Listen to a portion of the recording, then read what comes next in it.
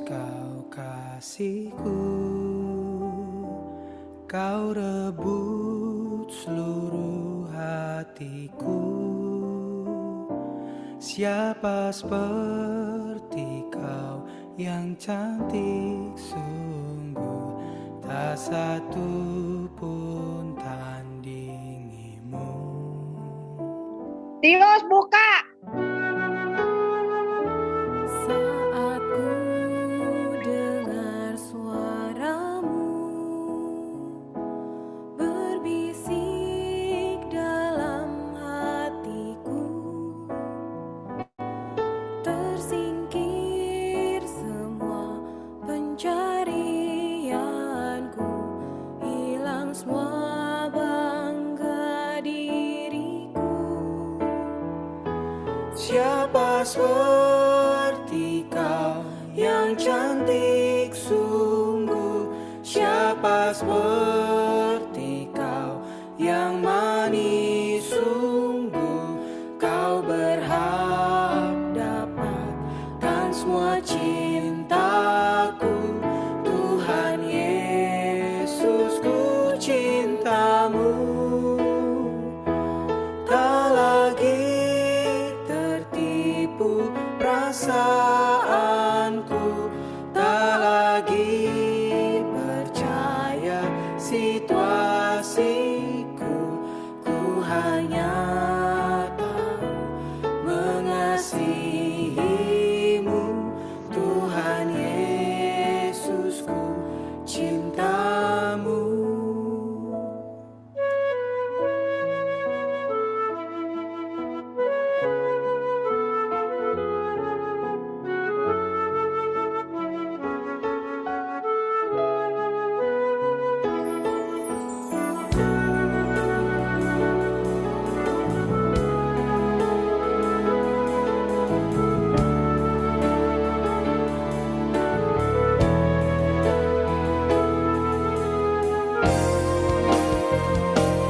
Siapa seperti kau yang cantik sungguh, siapa seperti kau yang manis sungguh. Kau berhak dapatkan semua cintaku, Tuhan Yesus, ku cintamu. Tak lagi tertipu perasaanku, tak lagi percaya situasiku. Ku hanya tahu mengasihimu, Tuhan Yesus, ku cintamu.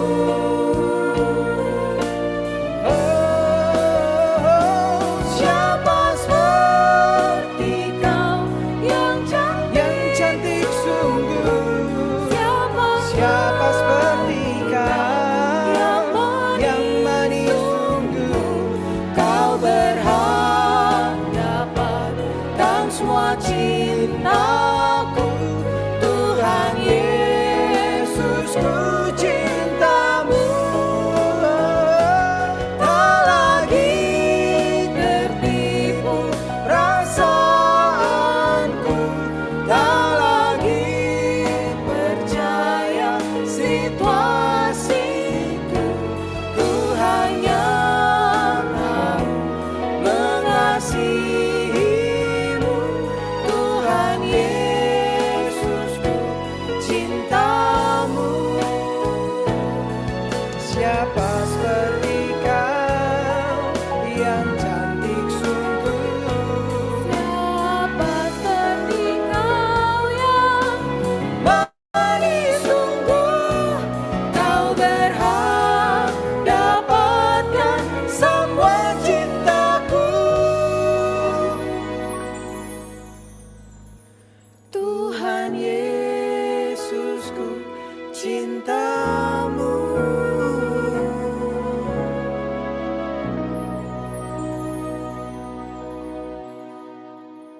Kita telah masuk ya, masuk ke dalam Matius pasal 21 dan pasal 22. Nah, perjalanan kita masih panjang ya. Kalau sampai kitab Wahyu, kita baru sampai Matius pasal 21 sampai 22.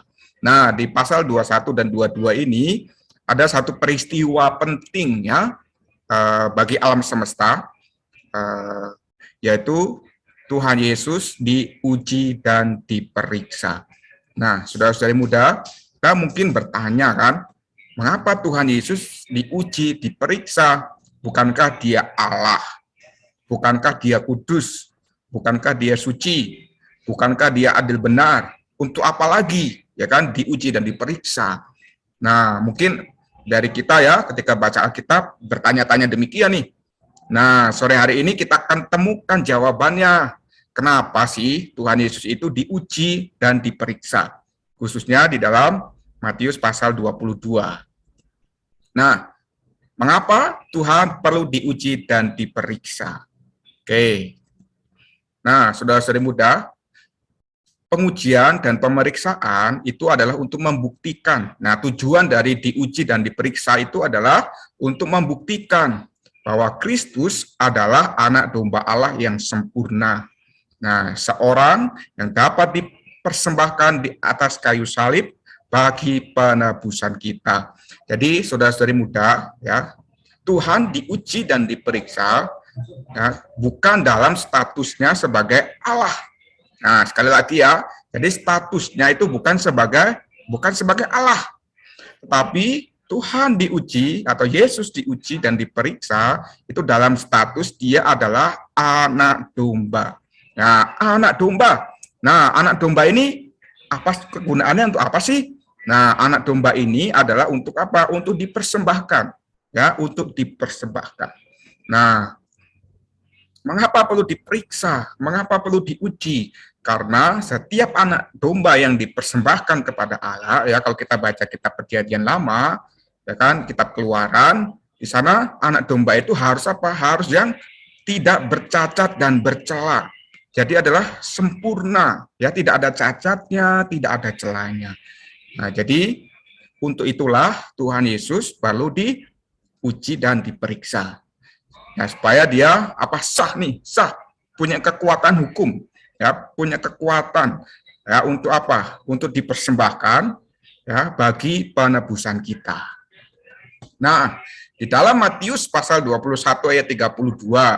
Nah, di sana mengatakan ya, sebab Yohanes datang untuk menunjukkan jalan kebenaran kepadamu dan kamu tidak percaya kepadanya.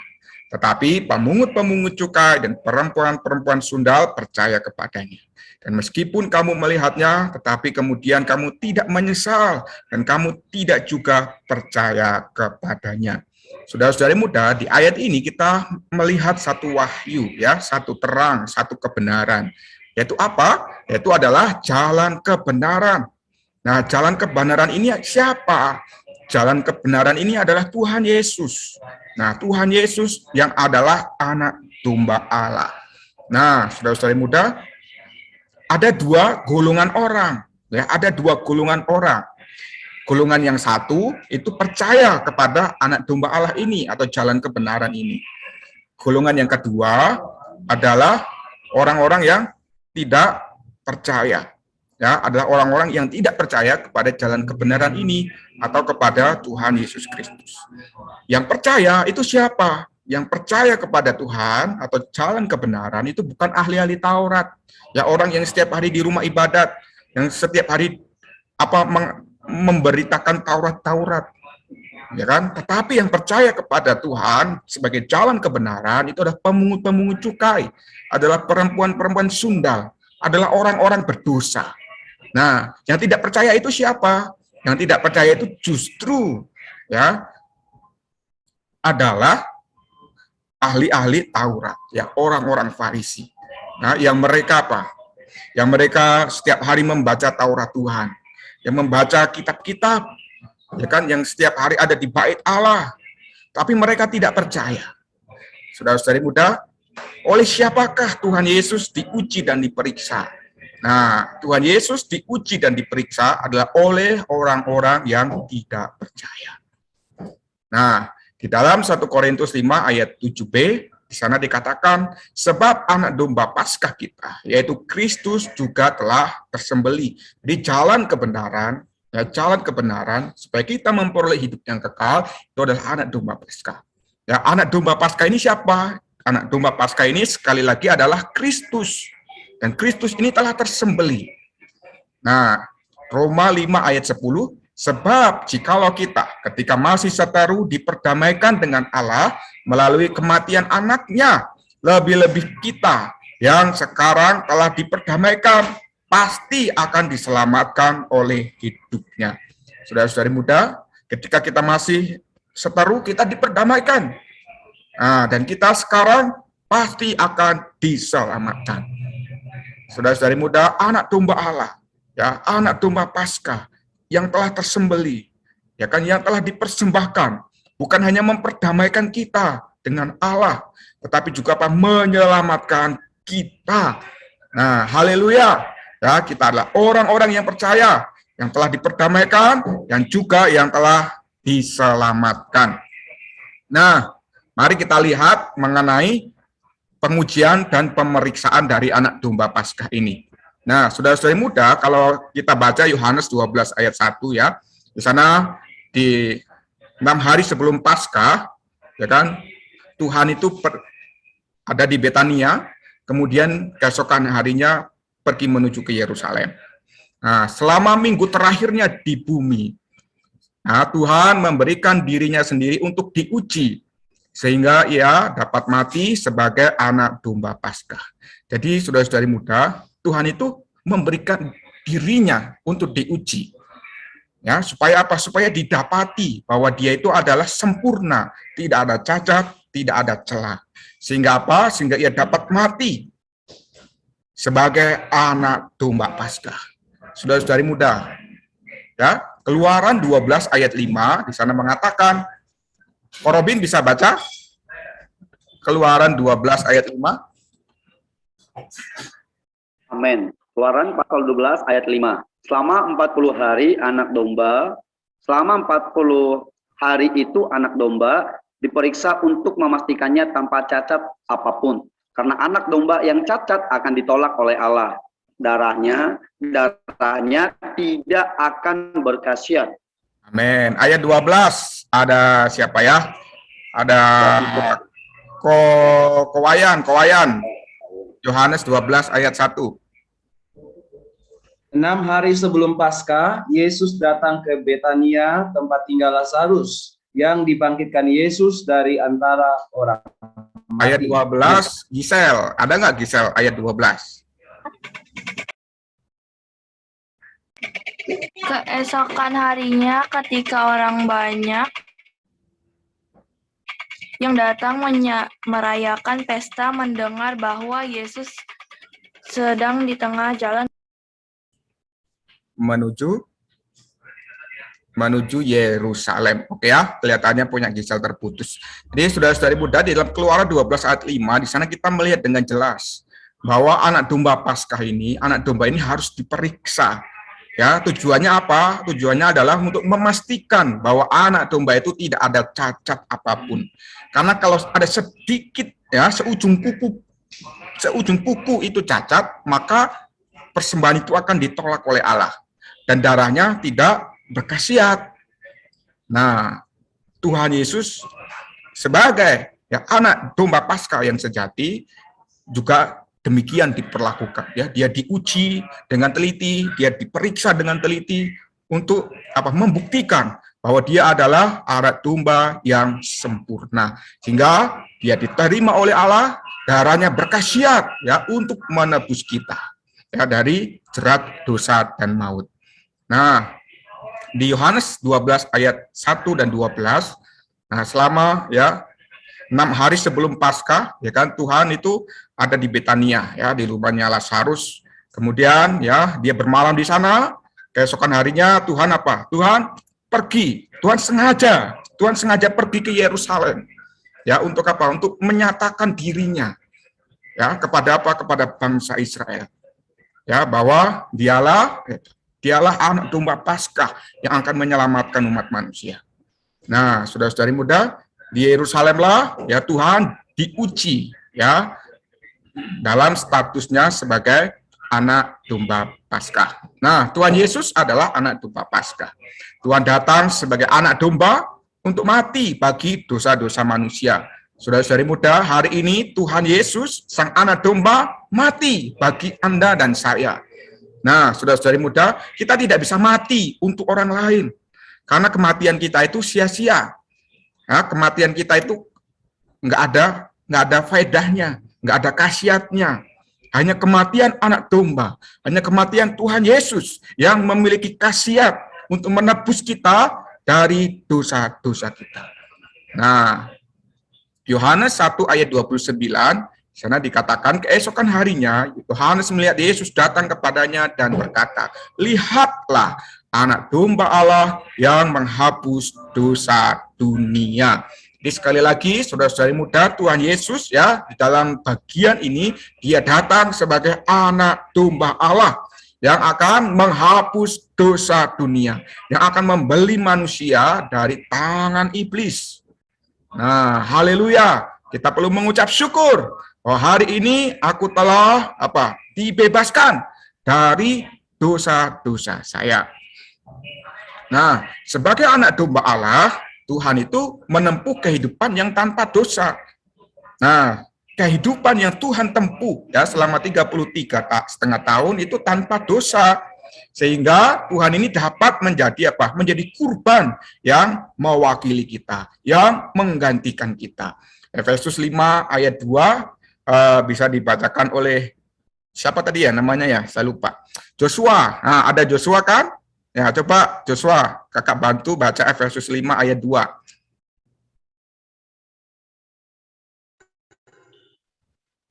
Efesus 5 ayat 2, dan hiduplah di dalam kasih sebagaimana Kristus Yesus juga telah mengasihi kamu dan telah menyerahkan dirinya untuk kita sebagai persembahan dan korban yang harum bagi Allah. Amin. Puji Tuhan. Terima kasih Joshua. Nah, di sini Kristus Yesus telah mengasihi kita, juga telah menyerahkan dirinya untuk kita ya sebagai persembahan dan kurban yang harum bagi Allah. Saudara-saudari muda, hanya kematian anak domba Allah inilah ya yang akan menjadi persembahan dan kurban yang harum bagi Allah ya. Kematian ya, kita mungkin rela mati ya untuk siapa? Untuk orang tua kita, untuk kakak kita, mungkin untuk adik kita, untuk orang yang kita sayangi. Tetapi kematian itu tidak ada faedahnya. Kematian itu tidak ada khasiatnya, sia-sia. Ya, hanya kematian dari anak domba Paskah ini yang bisa menjadi kurban dan persembahan yang harum yang menyenangkan Tuhan. Nah, jadi puji Tuhan, saudara-saudari muda, ya kita bisa mengalami ini di dalam kehidupan kita hari ini. Jadi, sebelum dipersembahkan, ya Tuhan sebagai anak domba diuji dan diperiksa oleh para pemimpin bangsa Yahudi. Nah, jadi para pemimpin-pemimpin ini bukan orang receh, ya kan? Bukan orang yang nggak ngerti apa-apa, ya kan? Bukan oleh orang biasa-biasa saja. Tapi Tuhan diuji dan diperiksa oleh pemimpin-pemimpin bangsa Yahudi. Itu adalah orang-orang yang top, adalah orang-orang yang hebat, ya di antara bangsa Yahudi. Untuk membuktikan bahwa Yesus itu bersyarat untuk menjadi anak domba Allah. Nah, jadi kita harus Kita harus menjadi ya orang-orang yang Orang-orang yang benar-benar mengasihi Tuhan. Ya, orang-orang yang benar menuntut Tuhan, mencari kebenaran. Ya. Tuhan aja diuji sedemikian. Nah, iblis pun memakai orang-orang yang hebat ya kan, untuk menguji Tuhan, untuk mencari kesalahan-kesalahan dari Tuhan. Saudara-saudari muda, iblis bukan mencari orang yang hopeless, ya, yang tidak ada pengharapan, yang tidak ada masa depan. Ya, orang yang tidak ada masa depan, orang yang tidak ada pengharapan ditinggalkan oleh iblis, nggak dipakai oleh iblis. Iblis juga nggak mau. Nah, kalau iblis nggak mau, Allah apalagi mau.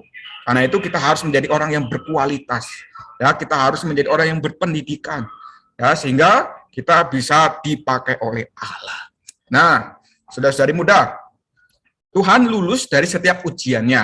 Nah, selama pemeriksaannya oleh para pemimpin Yahudi dan telah didapati sempurna dan tanpa cacat. Nah, Tuhan Yesus itu diuji dari 4 penjuru.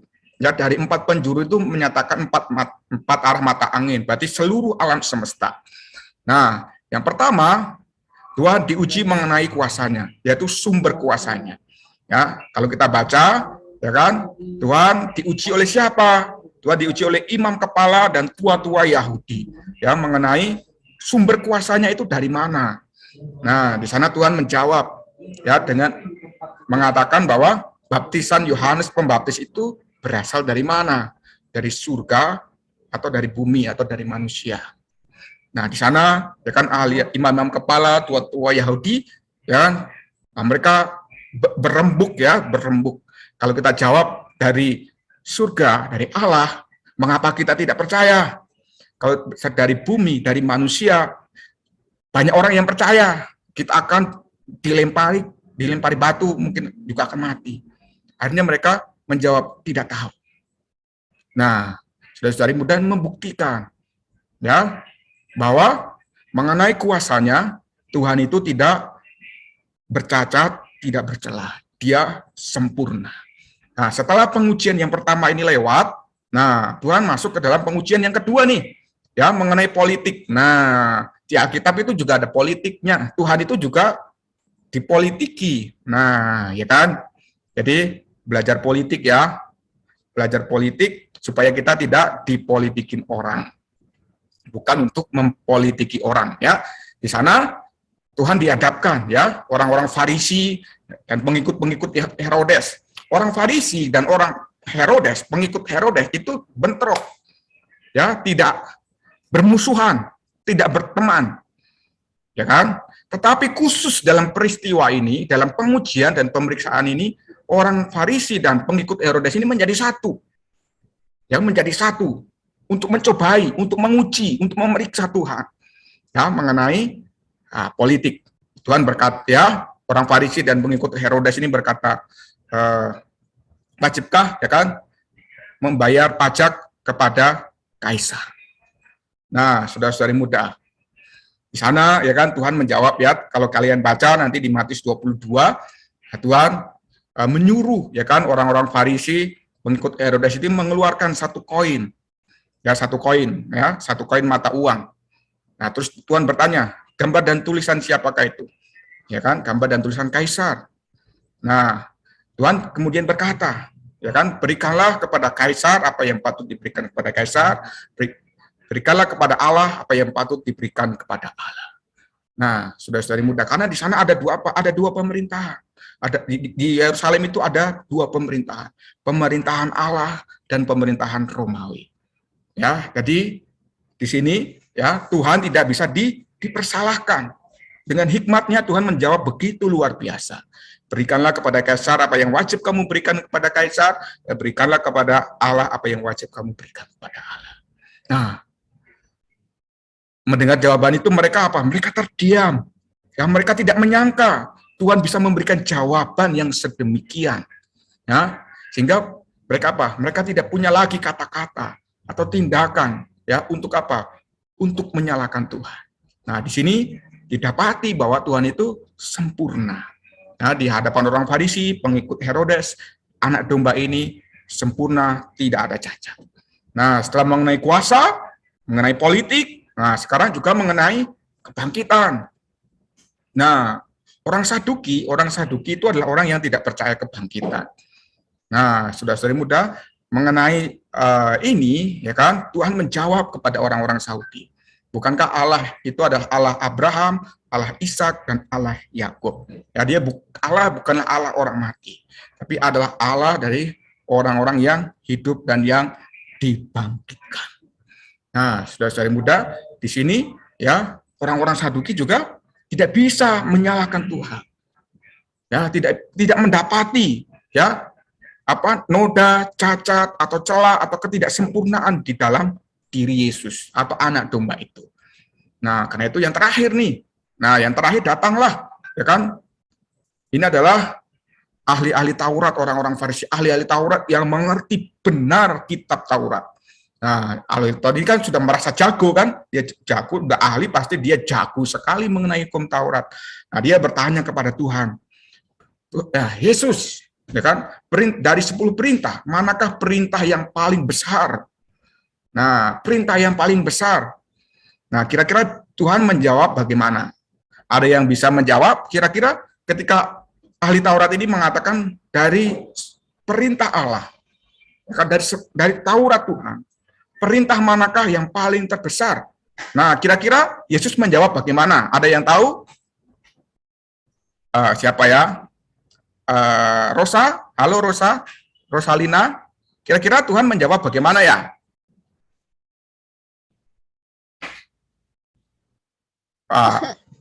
Kurang tahu kok. Oke, kurang tahu. Oke, nanti kita cari tahu ya. Siap. Ada lagi siapa ya?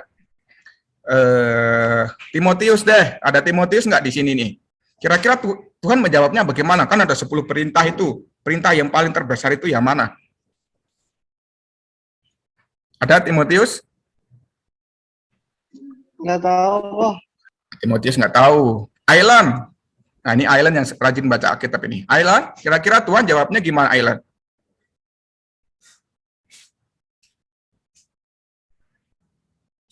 Ailan ada? Ailan tidak ada. Sekarang saya tanya, siapa ya? Saya tanya Cik Ruth deh. Nah, kita tanya Cik Ruth ya, kita tahu dari Cik Ruth jawabannya. Kira-kira Tuhan Yesus jawabnya bagaimana Cik Ruth?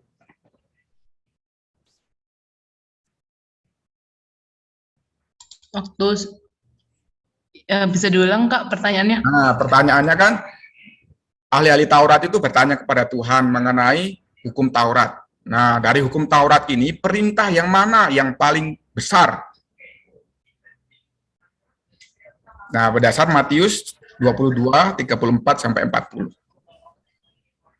Kasihilah Tuhan Allahmu, Nah, dan kasihilah sama manusia. nah, jadi 10 hukum Taurat, ya, perintah Tuhan itu disimpulkan menjadi 2. Kasihilah Tuhan Allahmu dengan segenap, itu ya, yang panjang itu ya, dengan segenap hatimu, akal budimu, dan sebagainya. Kemudian, kasihilah sesamamu manusia seperti dirimu sendiri. Wah, ahli Taurat ini kaget, ya kan? Nggak menyangka Tuhan bisa menjawab demikian.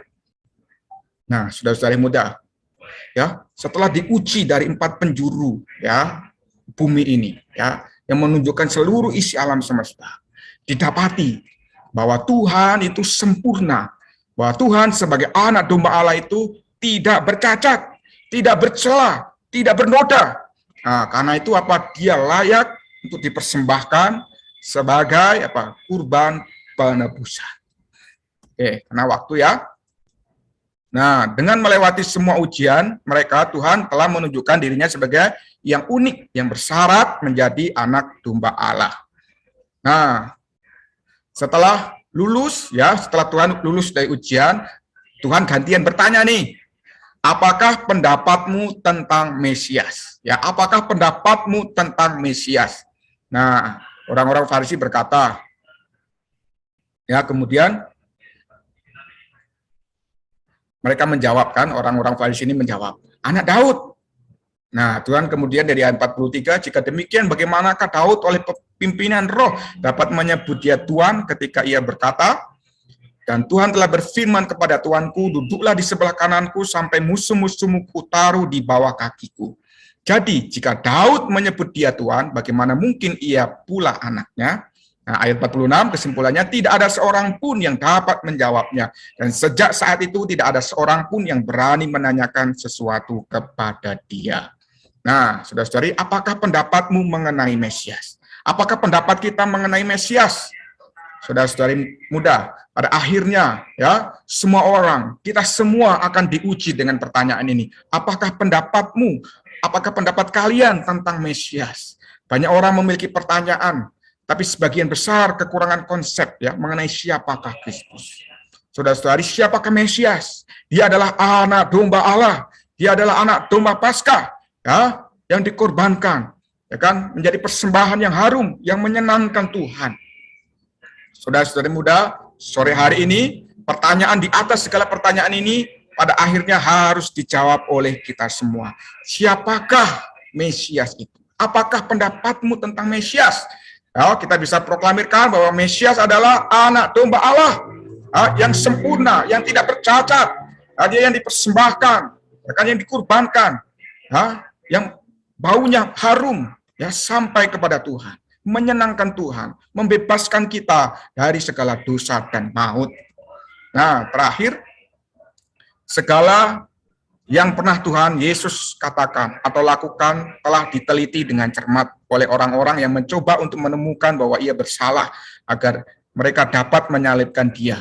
Pemeriksaan terhadap Tuhan dilakukan dalam rentang seluruh hidupnya. Saudara-saudari muda, seluruh hidup kita juga diteliti, dicatat dengan seksama oleh Tuhan. Ya, jadi saudara-saudari, seluruh hidup kita ya dicatat dengan teliti, dengan cermat oleh Tuhan. Karena itu kita tidak bisa hidup sembarangan. Kita tidak bisa seenaknya gue, semaunya gue mau ngapain, bebas, terserah. Tidak bisa demikian. Karena semuanya ditulis dengan teliti dan cermat oleh Tuhan. Pada waktunya kita akan mempertanggungjawabkan semuanya itu di hadapan Tuhan. Seperti Tuhan diuji, ya, seperti Tuhan diuji, diperiksa oleh pemimpin-pemimpin Yahudi. Kelak, saudara-saudari muda, di hadapan Tuhan, seluruh hidup kita, seluruh perjalanan hidup kita akan kita pertanggungjawabkan di hadapan Tuhan. Dan kita tidak bisa Kita tidak bisa membela diri. Ya, kita tidak bisa menyewa pengacara. Ya kan? Karena semuanya sudah tertulis dengan teliti, dengan cermat. Yang kita bisa kerjakan hanya mengakui. Karena itu, sebelum terlambat, mari kita menempuh kehidupan yang sesuai dengan kehendak Tuhan. Nah, semakin kita melihat betapa tidak sempurnanya kita, semakin kita akan mengapresiasi juru selamat kita yang tanpa noda. Saudara-saudari muda, semakin kita tidak bisa, ya, semakin kita menyadari kita tidak sempurna, ya, semakin kita menyadari kita seringkali gagal, maka kita akan semakin mengapresiasi Tuhan sebagai juru selamat kita. Tuhan, walaupun aku tidak mampu mengerjakan ini, tidak mampu mengerjakan itu, tapi terima kasih Tuhan, Engkau adalah juru selamatku. Tuhan, bukan hanya pada waktu itu ketika aku terima Tuhan, tapi saat ini juga Tuhan, Engkau adalah juru selamatku. Tuhan, Kau menyelamatkanku dari kemalasanku, Tuhan, Kau menyelamatkanku dari sifat marah-marahku, ya kan? Dari segala hal yang negatif, Tuhan menyelamatkanku hari demi hari. Tuhan, aku memuji-Mu. Tuhan, aku menyembah-Mu. Saudara-saudari muda, semoga kehidupan kita adalah kehidupan yang sedemikian, ya, sehingga semakin hari kita akan semakin terang menjadi saksi-saksi Tuhan. Oke, baik, saya sampai di sini, saya kembalikan lagi kepada Kak Robin dan Kak Ruth. Anis. Amin. Puji Tuhan ya saudara-saudari, firman Tuhan sangat berlimpah, karena itu saudara-saudari, hari demi hari kita perlu mengasihi Tuhan. Amin. Baik saudara-saudari, saya kasih kesempatan untuk saudara-saudari yang mau membagikan kenikmatan melalui firman yang disampaikan oleh Kusra Yahmat. Amin. Silakan saudara-saudari. Ya, benar ya saudara-saudari ya. Jadi saudara-saudari, karena firman-Nya sangat melimpah ya, dari historinya Tuhan Yesus, dari pengalamannya, bahkan dari aplikasinya tadi sudah dibicarakan sama Kak Suyahman, sangat melimpah gitu ya. Nah, karena itu kita juga percaya saudari juga pasti tadi sungguh-sungguh menikmati firman Tuhan ya. Mungkin dimulai dari Ci Akiko kali ya, bisa sharing memberkati kita Ci ya. Saudari Akiko. Amin, puji Tuhan. Firman tadi juga menyuplai kepada kita semua. Ini juga menjadi reminder gitu. Kita perlu lebih banyak lagi menikmati diri Tuhan. Ketika kita ada bersama dengan Tuhan, Tuhan pun juga bagi kita, dia menjadi sumber segala sesuatu, menjadi sumber damai sejahtera, sumber sukacita, apapun yang kita perlukan. Karena itu, saya mendorong saudari untuk lebih banyak membaca firman, baca Alkitab. Itulah yang mengajarkan segala tindak tanduk kita. Amin. Ya, ini ada Gisel nih. Thank you, Ci Akiko. Ini ada Gisel. Halo Gisel. Halo. Ya, bisa sharing Gisel ya. Dari firman yang disampaikan sama Kak Siarman. Tadi kan ceritanya itu tentang Antonius itu kan anak domba Allah yang tidak bercacat. Amin. Jadi kita mendapatkan hikmat itu contoh gitu. Kita harus menjadi orang yang percaya kepada Tuhan Yesus.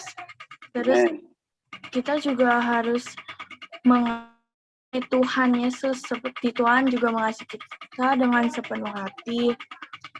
Ya puji Tuhan. Sini saya mendapatkan Tuhan datang sebagai anak Allah, anak domba Allah untuk mati bagi dosa-dosa manusia. Amin. Jadi dosa-dosa kita sudah sama dia sudah menebus dosa-dosa kita. Dia rela mati untuk kita. Dia begitu sekali. Jadi sini saya mendapatkan juga bahwa Tuhan itu juga adalah juru selamat kita, Dia penolong kita. Dia di setiap kita berada, Dia melindungi kita di setiap jalan. Terus kita kalau misalnya ada apa-apa gitu, kita bertanya kepada Dia. Dia yang bisa menolong kita dari segala masalah, karena Dia yang tahu kita lagi ada masalah apapun, Dia bisa menolong kita. Tuhan Yesus Kristus saja yang kita andalkan ya, karena Dia juga dan penolong kita. Terima kasih. Amin. Wah, sangat limpah ya. Nah, karena waktu ya, masih ada sekitar 2 orang lagi deh, nanti disimpulkan sama Kak Wayan ya. Ini ada siapa ya? Ini ada Pilia atau Jasper. Halo Pilia. Amin. Aku menikmati di akhir firman tadi, salah satunya dikatakan bahwa meskipun kita masih muda juga, tapi kita harus memperhatikan hidup kita, karena bagaimanapun juga nanti di akhir hidup kita itu akan dipertanggungjawabkan di hadapan Tuhan. Oleh karena itu, kita sebagai anak muda pun tetap harus memperhatikan setiap kelakuan dalam kehidupan sehari-hari kita. Amin. Puji Tuhan ya. Ya puji Tuhan, saudari muda sekalian. Ya ini ada Kowayan ya. Kowayan mungkin bisa menyimpulkan. Haleluya. Amin. Baik, puji Tuhan. Ya tadi sangat limpah sekali ya dari Kosyahman ya persekutuannya. Saya juga sharing aja sedikit. Kita melihat dari pembahasan tadi, untuk Tuhan Yesus bisa layak menebus kita, mati di kayu salib bagi segala dosa dan pelanggaran kita, maka Tuhan perlu diuji ya. Bahkan kita melihat ada 4 ujian. Tuhan diuji dengan 4 ujian dan semuanya Tuhan lolos ujian. Ya, Tuhan tidak ada kegagalannya sehingga Dia layak untuk menebus kita. Nah, sehingga hari ini kita semua yang percaya kepada Tuhan, khususnya yang ada di room Zoom ini, kita diselamatkan oleh karena Tuhan kita telah menebus. Puji Tuhan, hari ini ya dalam kehidupan kita sering mendengar banyak ujian dalam hidup manusia. Kita mau naik kelas ya, perlu melewati ujian. Ya kan, mau lulus dari sekolah perlu melewati ujian.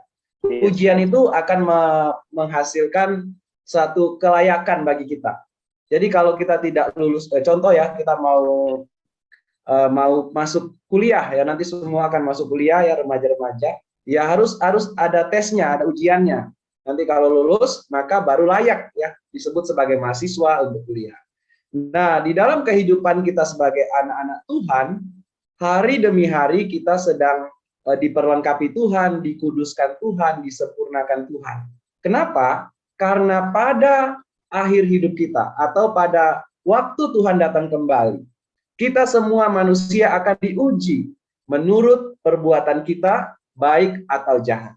Kalau selama kita hidup di bumi ini, hidupnya serupa dengan dunia, tidak ada perbedaan dengan orang dunia, tentu kita akan gagal ya. Kita menjadi orang Kristen yang gagal saat ujian itu tiba. Tapi kalau hari ini kita orang Kristen, anak-anak Tuhan, mengasihi Tuhan, kita rajin beribadah, kita rajin membaca firman, kita rajin bersidang, kita rajin bawa orang kepada Tuhan, kita menghormati orang tua, kita rajin sekolah, ya kita semuanya baik. Maka ketika Tuhan datang kembali, kita diuji oleh Tuhan dan puji Tuhan. Kita bisa lulus ujian, kita masuk ke dalam kerajaan Tuhan, meraja bersama Tuhan.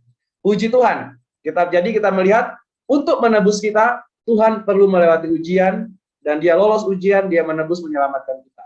Tetapi kelak untuk kita bisa meraja dengan Tuhan, maka kita pun akan diuji oleh Tuhan. Karena itu hari ini, dalam hidup ini adalah kesempatan bagi kita untuk terus menikmati Tuhan, terus dipenuhi oleh diri Tuhan. Puji Tuhan, demikian. Amin. Tuhan berkati semuanya. Amin. Ya, Kowayan bisa sekalian nutup di dalam doa. Oke, baik. Mari kita doa. Tuhan Yesus, terima kasih Tuhan untuk sore hari ini. Terima kasih sepanjang sesi kami, Tuhan memberkati, Tuhan hadir, Tuhan mengurapi, dan Tuhan berbicara.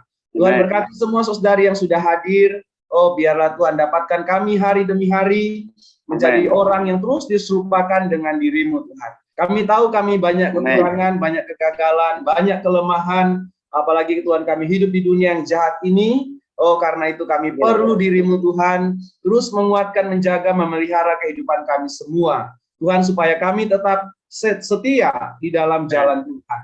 Oh, karena itu kami berdoa, Tuhan berkati semua saudari remaja, bahkan kakak-kakak gembala yang hadir pada sore ini, supaya Tuhan tetap jaga kami setia, setiap hari bisa menikmati diri-Mu, dipenuhi dengan diri-Mu. Juga berkati teman-teman kami yang belum hadir, sehingga di waktu berikutnya bisa hadir bersama kami. Dan pakai kami Tuhan, bisa menjadi saluran berkat, saluran hayat, untuk banyak orang di sekitar kami. Juga berkati orang tua kami, saudara-saudari kami yang lainnya, juga tetap dijaga, diberkati Tuhan. Juga adik-adik remaja Tuhan berkati dalam masa muda, dalam pergaulan, dalam pendidikan, bahkan masa depan yang terbaik Tuhan berikan bagi kami semua. Terima kasih Tuhan Yesus, kami bersyukur kepadamu Tuhan, segala hormat mulia bagi Tuhan, dan di dalam nama Tuhan Yesus kami berdoa dan mengakhiri sidang kami sore ini. Amin.